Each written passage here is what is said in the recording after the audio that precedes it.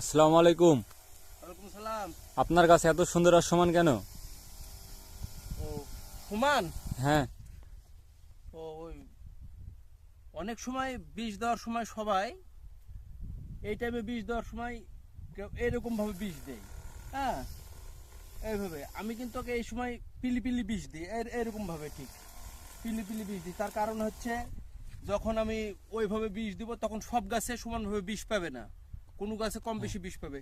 এই যে এই গাছটা আমি যখন পিলি পিলি ভাবে দিয়ে দেবো তখন এই যে ছোট যে গাছ আছে এই গাছটাও বিষ পাবে।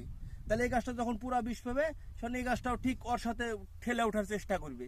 আর যখন আমি এইভাবে বিষ দিব তখন ওই গাছে কিন্তু আর বিষ পাবে না, তলে পড়ে আছে যে।